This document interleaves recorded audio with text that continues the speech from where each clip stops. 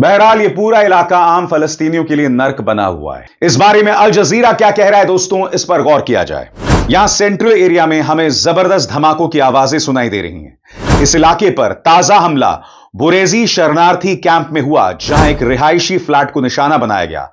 Civil defence सदस्यों के मुताबिक इस हमले में एक फलस्तीनी बच्चा मारा गया और कई अन्य घायलों को इलाज के लिए अस्पताल ले जाया गया।